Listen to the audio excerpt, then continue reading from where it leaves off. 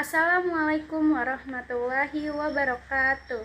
Halo semuanya, perkenalkan nama saya Nabila Syawal dari kelas 10 pemasaran 2. Di sini saya akan menjelaskan mengenai sejarah Kesultanan Demak. Kesultanan Demak, kerajaan Islam di Jawa yang berdiri pada perempatan akhir abad ke-15 di Demak.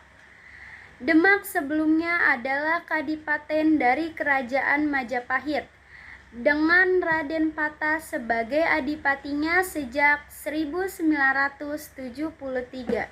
Raden Patah adalah raja pertama Demak yang bergelar Sultan Syah Alam Akbar Al-Fatah.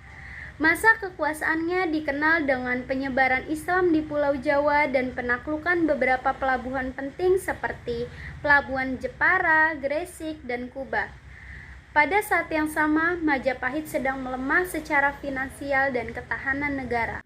Menurut Babatana Jawi dan Serat Kanda, Sunan Ampel melarang Raden Patah menyerang Majapahit.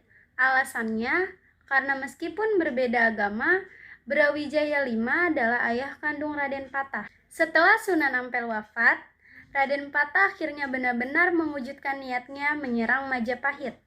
Dengan 30 orang, Raden Patah berhasil membobol pertahanan Majapahit. Brawijaya sendiri mengungsi dan wafat. Usaha Raden Patah mengembangkan Demak dibantu menantunya Pati Unus yang saat ini menjadi Adipati Jepara.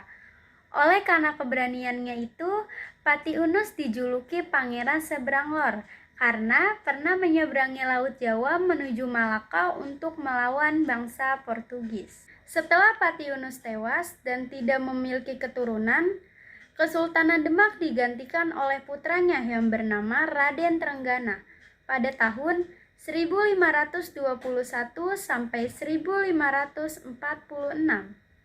Pada masa Sultan Trenggana, Demak berkembang pesat dan meluas hingga ke wilayah Jawa Barat dan Jawa Timur.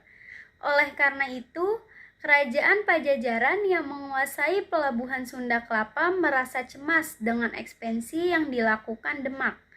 Kemudian, Kerajaan Pajajaran bekerja sama dengan bangsa Portugis untuk melindungi wilayahnya.